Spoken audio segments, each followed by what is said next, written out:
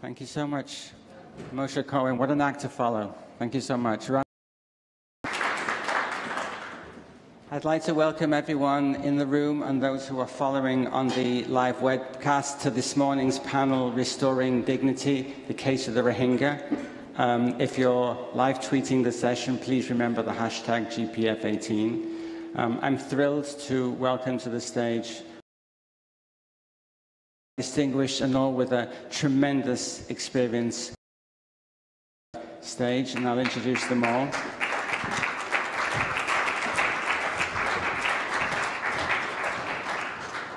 To my immediate right is Mohammed Musa. He's the Executive Director of BRAC. BRAC is a major international development and humanitarian organization based in Bangladesh, in fact, one of the biggest,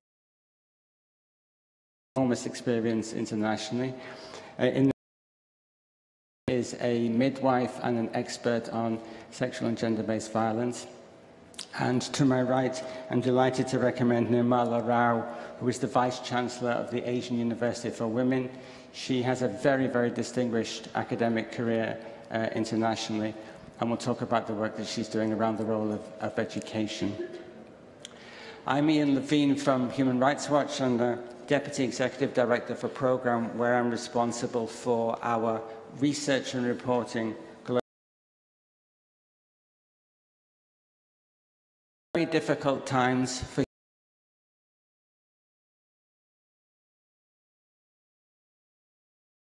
time of enormous challenges of norms, the very increasingly in an age of growing xenophobia and growing nationalism, there's norms of human rights protection and humanitarian protection. We're seeing attacks against the very institutions that seek to protect international norms, international values, and the dignity of all, including refugees, migrants, asylum seekers, and other minorities. Growing nationalism in Europe, in Asia, in North America, about the role being played by international institutions, the UN itself, its ability to protect civilians in Syria, in Yemen, Afghanistan, and so many other places. My kids are not the only ones who are asking what is actually being done to protect civilians. A recent New York Times op-ed was titled, "How the Human Rights Movement Failed." It was a very bad title, and it wasn't true, but it was symptomatic, I think, of so many of the challenges that we are increasingly facing to norms that we had long believed were established as the basis of our common humanity. In that context, helping and supporting the Rohingya to restore their dignity is a huge challenge for the international system, for the human rights and humanitarian communities, and for all those who support them. As most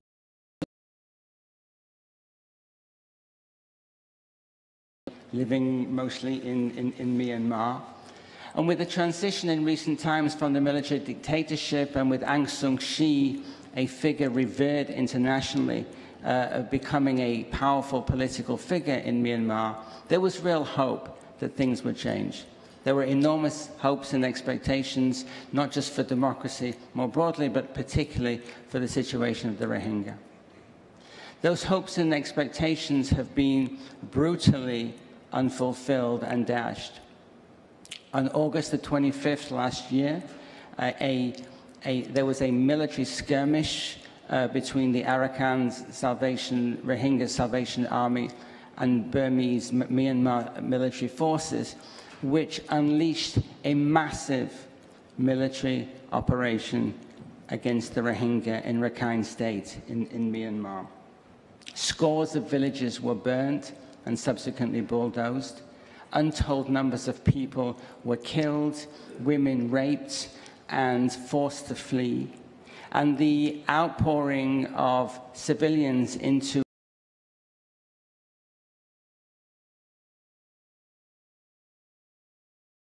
since the 1994 Rwanda genocide. In the space of weeks following August the 25th last year, almost 700,000 Rohingya fled to Cox's Bazar in Bangladesh difficult situations in refugee camps there. And we're talking of camp. The atrocities, both through satellite imagery to show the extent of the destruction of villages, as well as through on-the-ground reporting. I talked to several of our colleagues who went there, very, very experienced colleagues who've documented atrocities in many parts of the world, and all of them said it was one of the most difficult reporting experiences they'd ever had. One colleague who reported on the sexual and gender-based violence said to me, the worst said to me that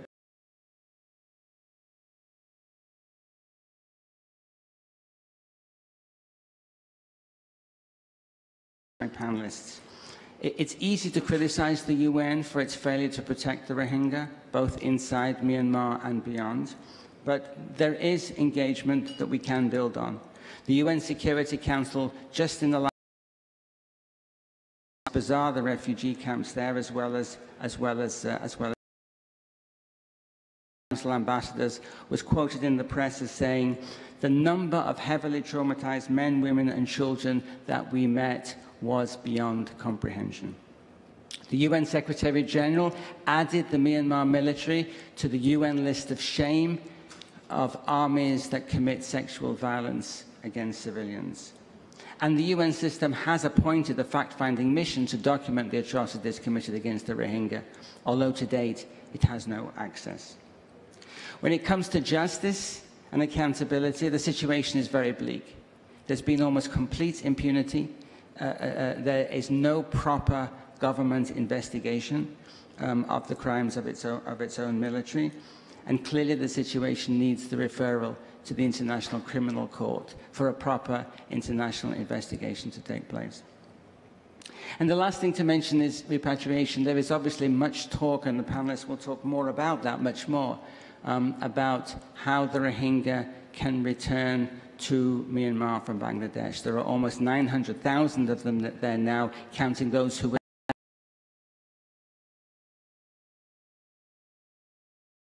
or sustainable return for the Rohingya.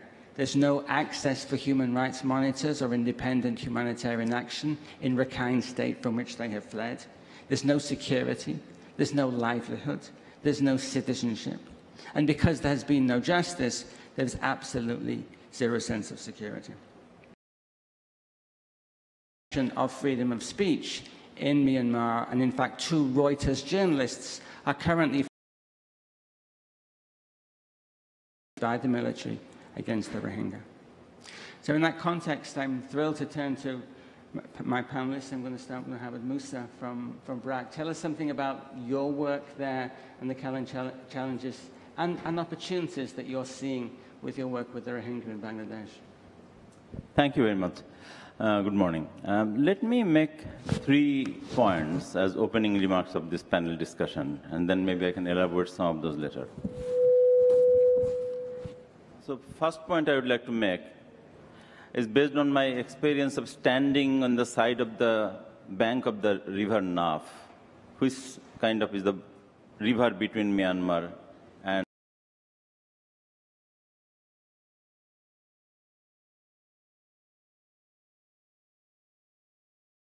refugees.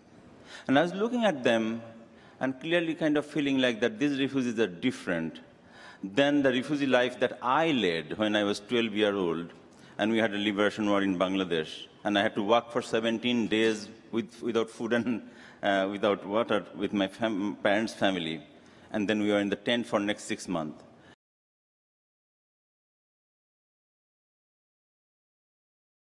Basic difference is that these Rohingya people, they came, that not only saw the killing in front of their eyes, rape in front of their eyes, they not only saw their own houses are being burned, they were being thirsty, hungry, pain. No hope. That's a sign of loss of dignity. As I began to speak with some of them as they were arriving and kind of simply sitting down in the mud, they were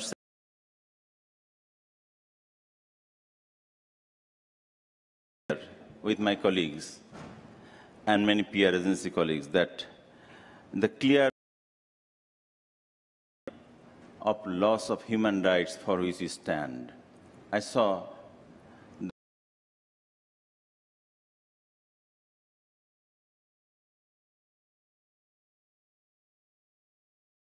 they don't feel same as I feel. They don't feel that they belong to this world, which is completely different. Number second point,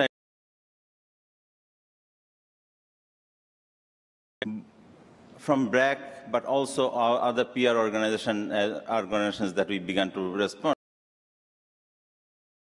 many other organizations and individuals, all of us were responding. A key component we had to add into those humanitarian intervention was not just the goods and services that we are offering. It was not just the food, shelter, healthcare, protection we are taking. It was more important to stand beside those people. Give those people, 60% of whom are women and girls, the hope. Hope. This world, we are with you. It was extremely important, therefore, to build into that each of the interventions the component of dignity. How did you do it? Like 1,600 people of BRAC, 400 were BRAC's employee, for example, and remaining we hired from local communities and Rohingya refugees themselves over time. They not only, as they are moving from the initial crisis to the intermediate makeshift settlement,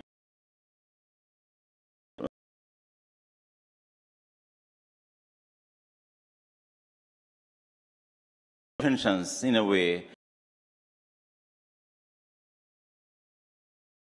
girls, boys, to make sure they have equal right but different needs that are met. Third point I would mention is that while with the last 7-8 months' time, the situation is apparently settled down now, our challenge is there in front of us. Some of the challenges are immediate, some are mid-term, some are longer term. Immediate challenges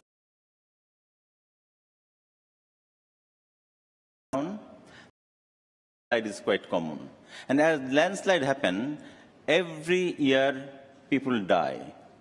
This time the tents are located in very dangerous areas, but you cannot simply move them. It's not a logistical issue. If you want to move them, it's a very complex social issue. People wouldn't like to move their tent from one location to another. So they're vulnerable to another crisis, which is kind of coming up. Yet, we have that monsoon are likely to come, disease outbreaks and various other problems. In the intermediate part, the challenges include issues like we have about 48,000 pregnant are pregnant because of the rape that happened. And it's not just the maternal and child health care that need to be provided to many of them who otherwise wouldn't have access to it. That these women and the children who, because they're the victim of rape. How do we deal with them? Associated with that, this which is growing, and the refugees, because of the gradually scarce common property resources like water, forest resources, and various other things, is increasing. So how do we really deal with that? And the longer-term challenge, as my friend mentioned, that what is that repatriation issue? Are we really able to work with the government of Myanmar together to help them create a condition which allow these refugees to go back voluntarily, feeling safe, feeling dignified, and would feel that this movement would be sustainable, where they would have the economic and other well-being. To do that, to maybe enable women, equip women with studies, with data, as we are doing, like from BRAC, we undertook 2 studies in the last couple of months to get the voices of the Rohingya people into the advocacy messages, so that UN and various other agencies who are talking with decision makers can be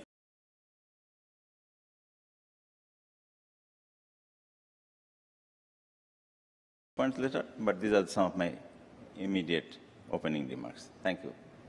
Thank you so much. Ellen, both Mohammed and I mentioned the sexual violence, as I said in my opening remarks, the scale and intensity of it.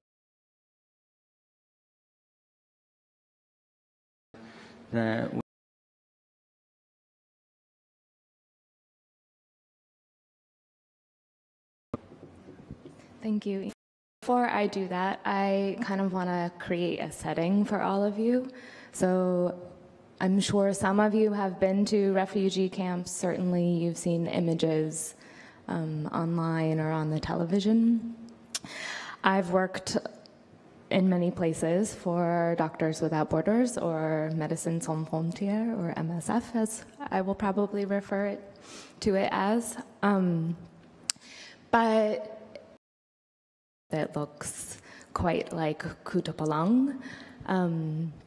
I arrived at a similar point in time when the influx was increasing and spent the first few days out on this berm of land where thousands of people were trying to cross into Bangladesh.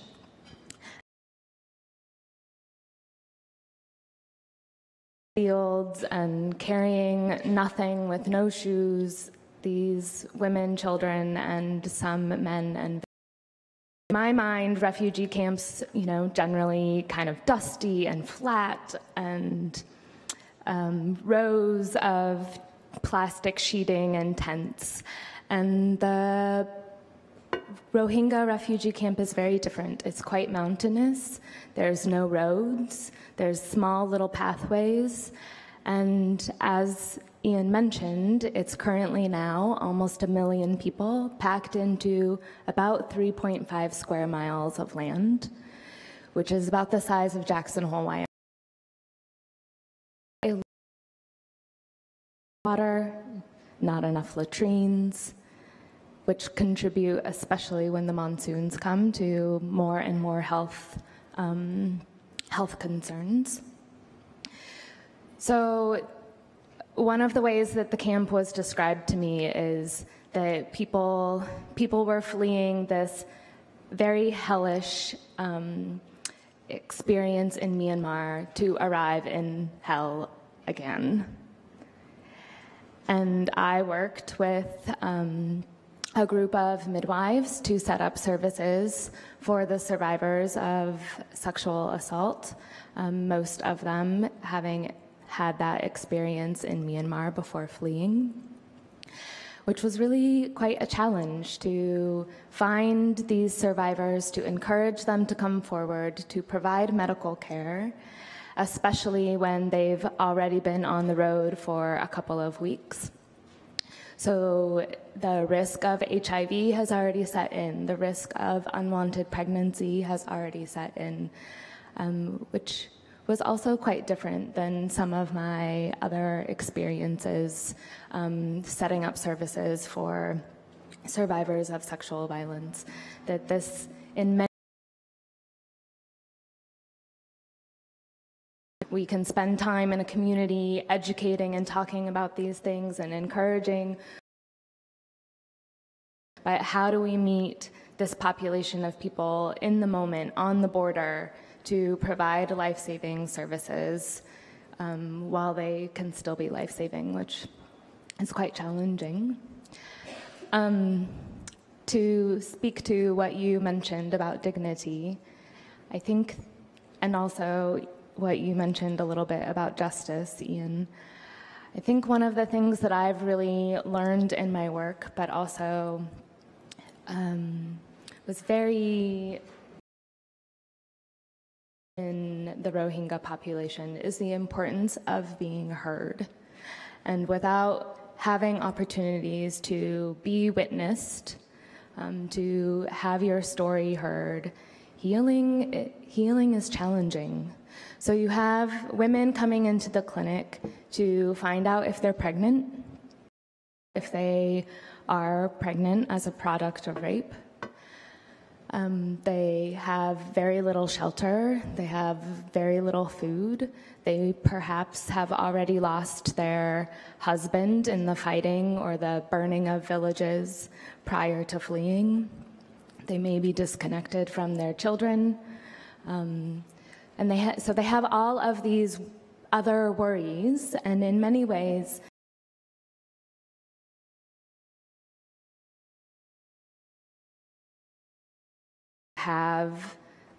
to have their experience witnessed. And that was something that I was told again and again, how important it was for someone to look this woman in the eye and say, this experience wasn't your fault. This experience, it should not happen to anyone. And yes, you are right. The world needs to take notice of what's happening to your community of people, to your friends, to your family, to your culture. And I'm sorry that we're not talking more about that. So in order, I guess my big message to all of you is to encourage you to help the healing and restoring the dignity of the Rohingya by paying attention to what's actually happening. Thanks so much. Nirmala, education has traditionally been one of the most neglected aspects about now much more. Talk to us about some of the work you're doing at the Asian University of Women. Thank you, Ian. Before I begin, I just want to thank Jane and her colleagues for giving me the opportunity to be present here at the forum and to say something about the university and the role of education in providing a future for young women from the Rohingyas.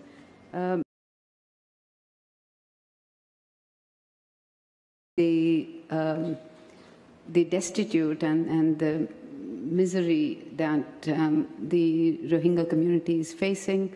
I myself have visited Kutupalong recently and came back pretty devastated. It was my first experience of a refugee camp. And all I can say is there's an overwhelming sense of feeling that Bangladesh as a country has been left alone to deal with the crisis. And there are huge social, political, economic, and financial settled in the most poorest part of the country, where it's also ecologically very fragile. And so given the backdrop of where the refugee settlements have taken place, much on the and how AUW actually sees the future for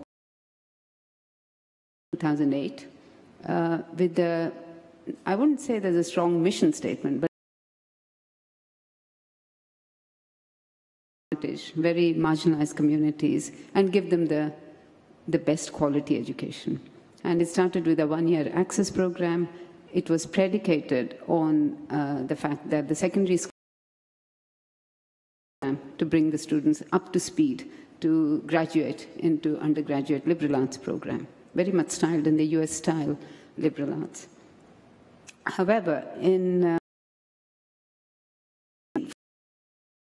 like the garment factories in Bangladesh, which has about 4 million women employed, and we thought there should certainly be around 200 to 300 talented women who we can bring onto the program. Alongside them, most importantly, we reached out for the first time to the Rohingya women in registered camps around Teknaf and Ukia, where we found a number of young women who actually took the test, and we found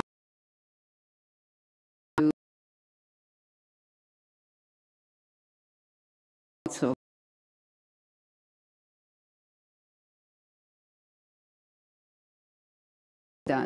of which around 36 are already in the first year of undergraduate program. Time will, of course, tell how many of them will successfully complete their undergraduate programs. We give them all the support. We give them through the system. Now, with education, one is of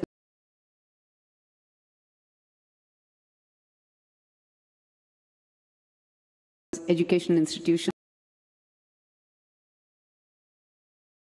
We take a holistic view of education. We see it as an investment into their future. So creating a cadre of teachers, lawyers, doctors, architects, researchers is our purpose.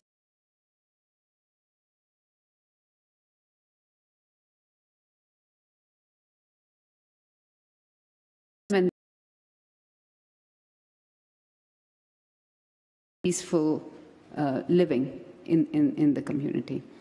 The third most important role we see is from AUW point of view. We would like to bring as many of the young Rohingya women into the national education sector. And I say this because Bangladesh has done a very good job in terms of providing them over their heads, giving them the space.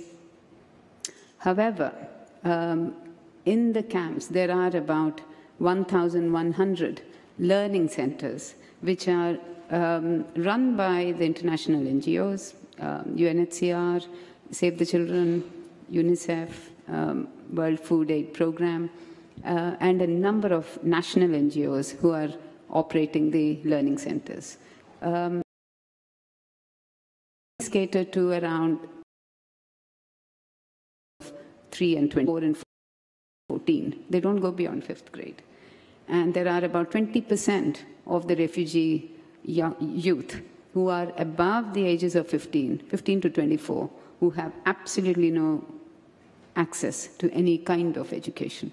There are adolescent clubs, but practically they offer nothing. Even the learning centers do not provide for formal learning. They give a bit of English, they teach a bit of maths, and very importantly, they teach a bit of Myanmar, because Bangladesh government obviously would not want them to learn Bengali for political reasons, and eventually they would like to see these young women and refugees go back to Myanmar.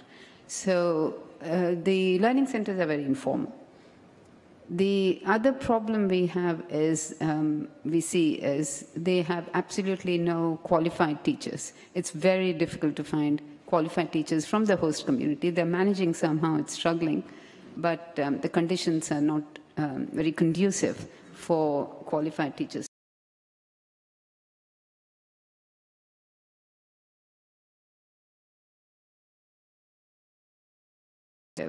Or you see children outside the learning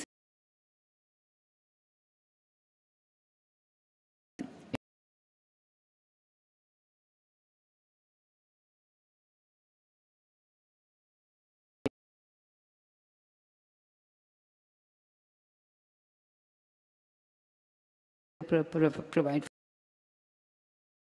backdrop of what's happening to the Rohingyas.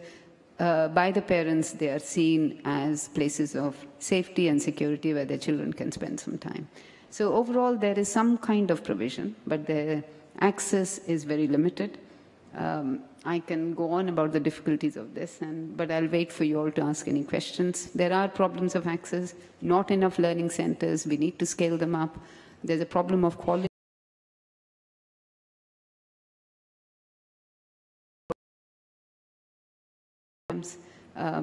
And there are no competencies in the learning frameworks to measure what the children are actually achieving. And the different international NGOs and the local NGOs are working now together, I must say.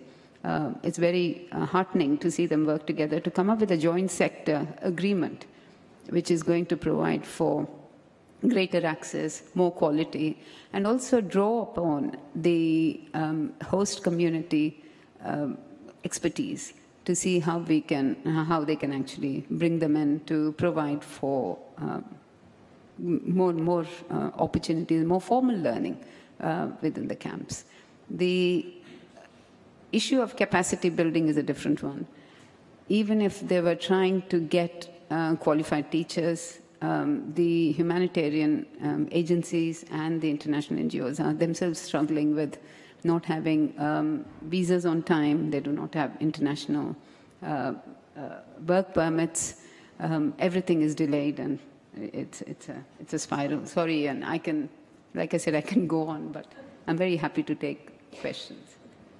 So, one of the phrases that most irritates me in this space in which many of us operate is when they talk about us being the voice of the voiceless. And I hate that phrase because I always say, no, we're not the voice of the voiceless.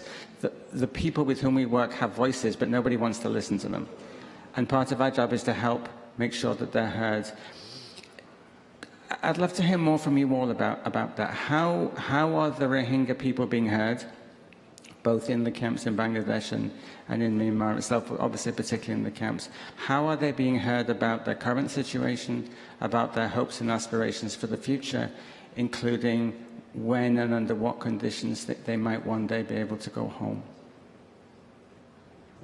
No, thank you very much. Actually, we found learn what Rohingyas really do. People, you already begin to see that some layers of structures of power already in places. So if you really want to hear, you have to really go with total tools and techniques of anthropological approach. I just can share some of our experiences.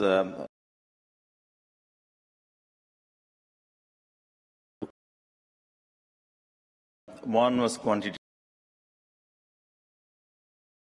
And many of those who are really collecting data and trying to learn, and here by data I am meaning more qualitative data, to learn what really they want to say about their future, what really they want to talk about their needs. So 2 studies we have undertaken, and we interestingly saw the study we undertook in February was different than the study we just concluded in April. And one of the key differences is that the willingness to return itself is changing among the mass population. So when you go down below something they call Maji, which is kind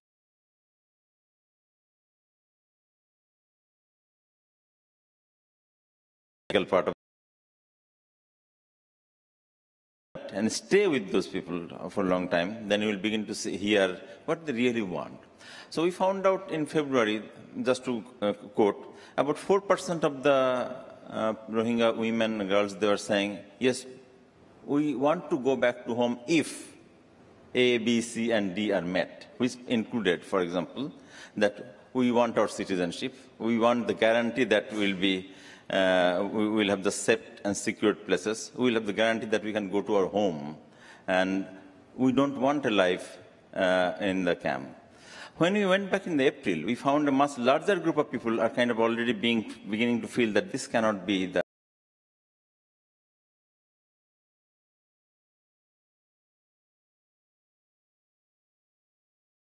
possibly by hearing many of the things. Be safe and secure when they go back. Just an example. And more larger number of women and girls, they feel like that's our home. We have our land that we left.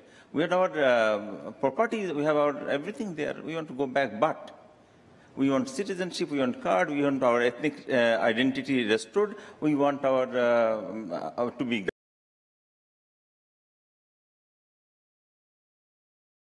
and hear what they want to say. So we have to really be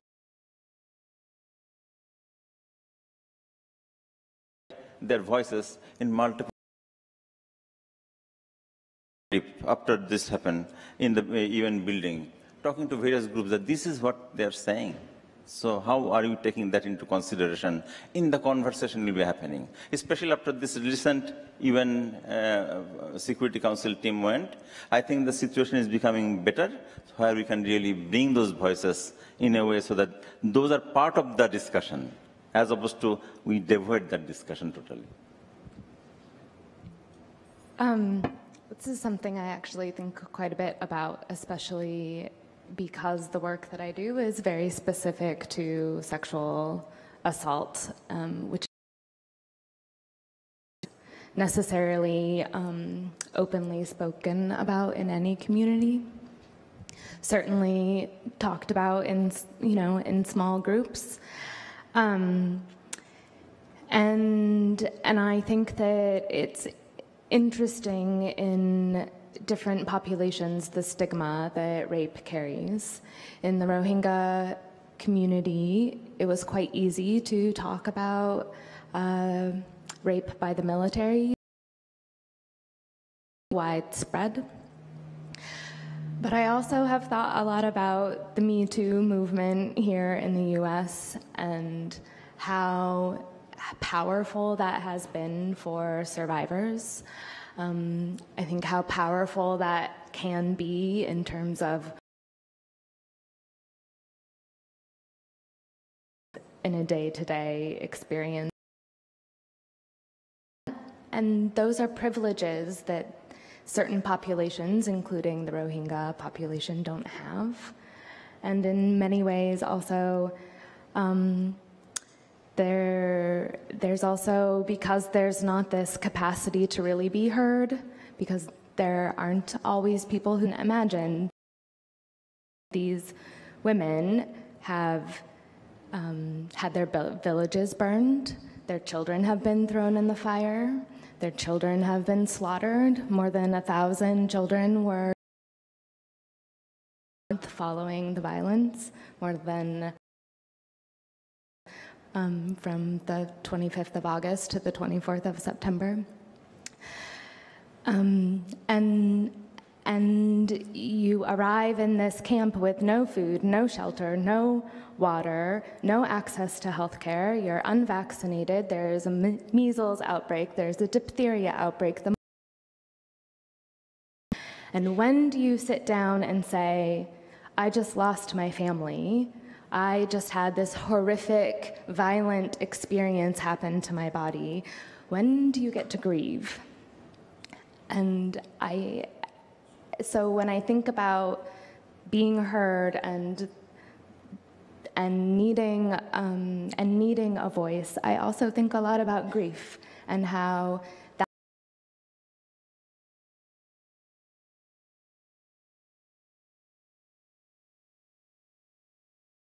pregnant because they were raped in those days in late August, early September, which means in the next few weeks we'll see a lot of babies born of rape. How is that going to affect both individual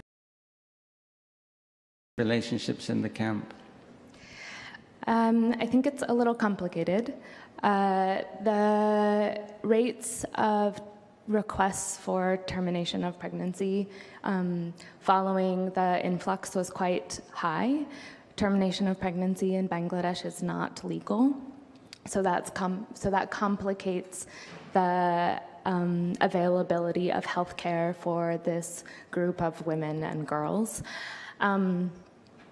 Now we're so many months in that women are in their second or third trimester of pregnancy. So if they are requesting for termination, we're looking at later term complications. So country, it's already illegal. And what we're seeing in the hospital is because medicine is readily available and traditional practices are always available regardless of where you are.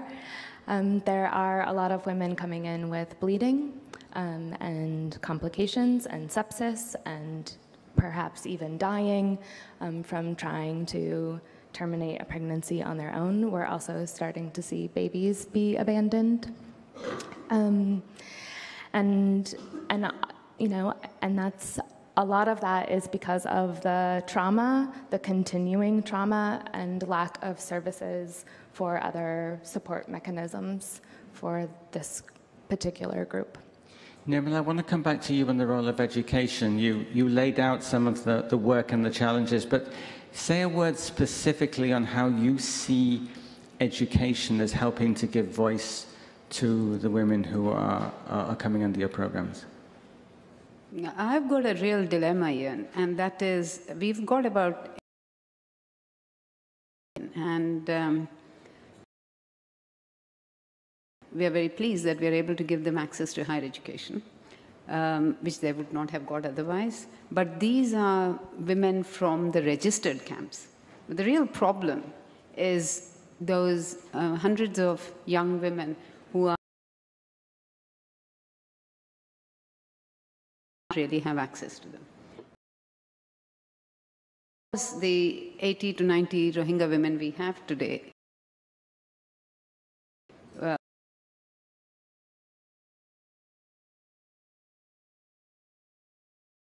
the camps and work with their Rohingya fellow women. And they'll do the translation, they'll get a bit of money, and we are trying to get them into jobs of different kinds. But as I said, my real problem is how do we negotiate with the government of Bangladesh to actually expand the humanitarian space? How do we achieve greater policy clarity in line with the convention on the UN Convention on the Rights of the Child, which actually gives responsibility to the state to provide for education. And we are trying to work with the Education Ministry to see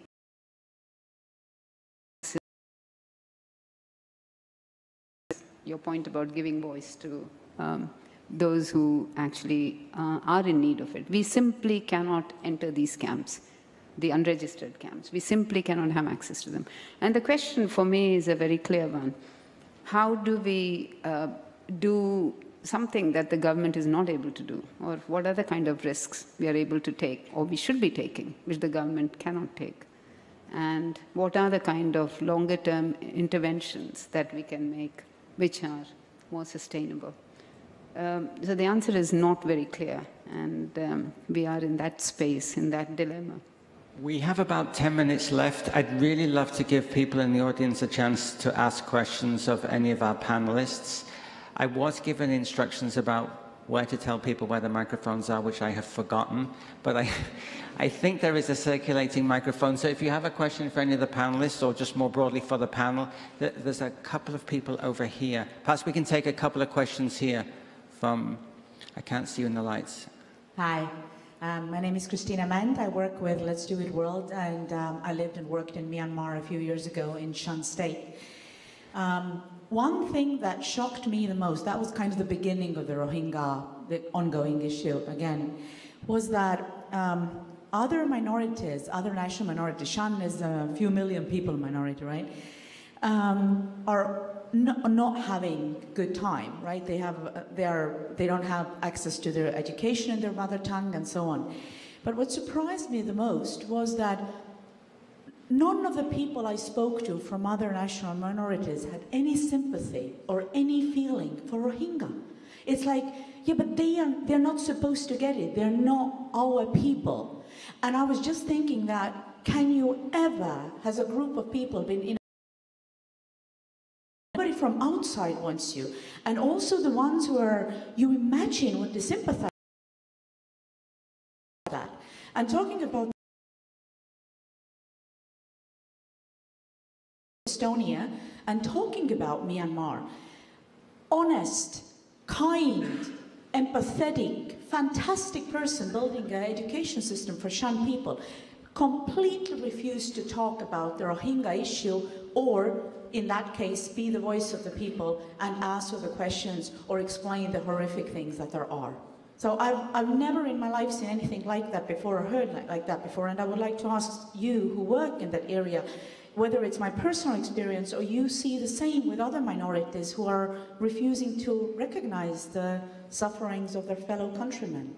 Thank you. Thank you. There's someone else at the same table who had a hand up. Maybe let's take it.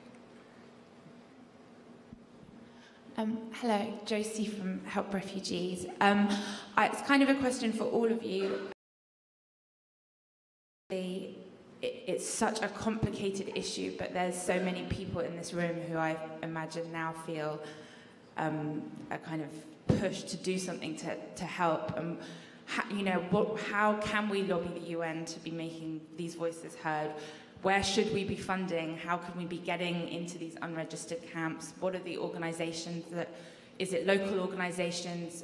You know, how can we help, basically? Great, two wonderful questions. Do you want to start? I think the response to the first question is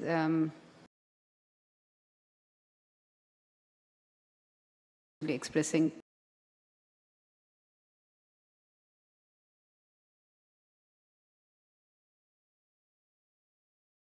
but I do understand, because the sense of feeling among the host communities, and especially around the refugee areas, and the population at large, that the international community has done, at least even trying to resolve it. And the country does feel, at the end of the day, that they are hard done by, and they're the neighboring countries. Nobody's doing anything. India's got 40,000 Rohingyas. They see them as threat, and every day they're trying to send them back. China has its own interest in Myanmar. They want to distance themselves. Pakistan already has around 400,000. They're not willing to take any more. And it's left to Bangladesh to cater for the 600,000 that are already there, and many more with recent arrivals. And remember, Bangladesh is a country that's now gradually graduated into the middle income status. But it is a country that in itself is going through hardships with infrastructure problems. And all the Rohingyas have settled into, as I said, the very poorest areas.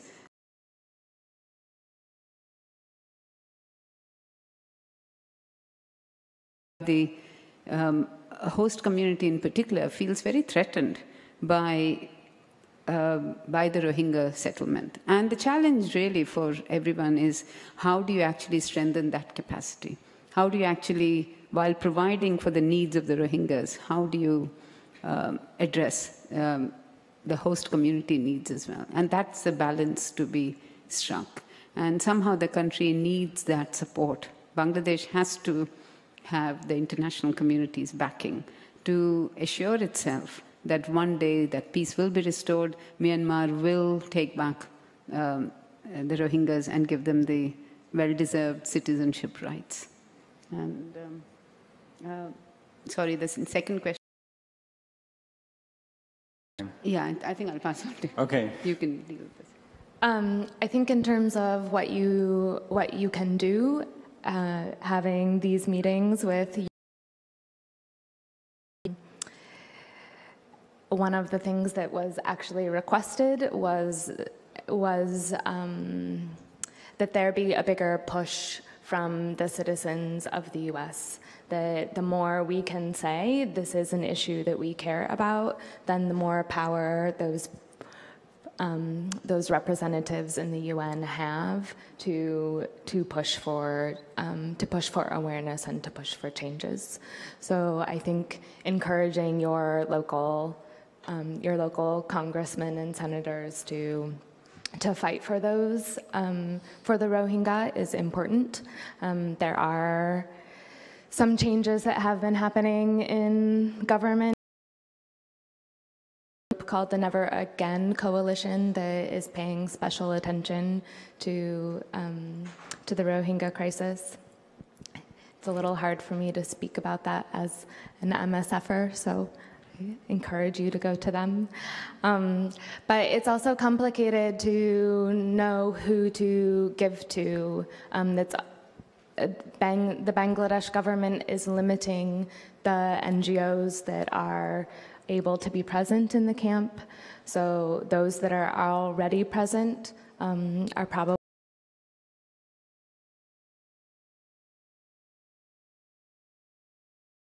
yours. Yeah. No, thank you. Two aspects. One is working on the ground. We need to work both with the Rohingya as well as with the host communities. As mentioned, that host communities, they are have also been poor, historically poor. From BRAC, we had 7 offices for the last 35 years there, running development program for the host communities. Yet people of that area were kind of in difficult situation. Now on the top of that, there were 500,000, now we have another 900,000 came in altogether. So it became an overwhelming situation. So we had to increase host communities program, but in addition to kind of program for the refugees. To make sure that, therefore, we run program for both the refugees and host communities, at a minimum to ensure that the conflict, tension on common property resources, including market price increasing, all those do not go up. So that's one thing I would recommend. Second part is advocacy. Advocacy where we really bring the changing perspective, changing expectations as happening to different forum where discussion happen about Rohingya without knowing what do they want, how their perspective changing about life, what are the kind of dream desire they have for them and for their children. And we can together do it. Even we can together do it because this advocacy is not one organization job. All of us sitting here as civil society, I believe, or supporters of civil society organizations, we have role to play in informing decisions of policymakers or negotiators, resource allocators, to make sure there's a short-term support, medium-term support, long-term support. And that's definitely we can and we continue to need to do. And together we possibly can really push these things. One of the friends mentioned this whole issue of systemic marginalization, discrimination. I think that many of us, if we look into our mission statement and vision statement as civil society organization, we'll see that we want to see a world free from discrimination and marginalization, that we said. We want to see a world with social justice. If we are really believer of that, can we not really stand beside those people and be their representative? Is it just only handing over the handouts like water, sanitation, healthcare, food, and shelter? Or is it really also standing beside those people and say, yes, we want a world different?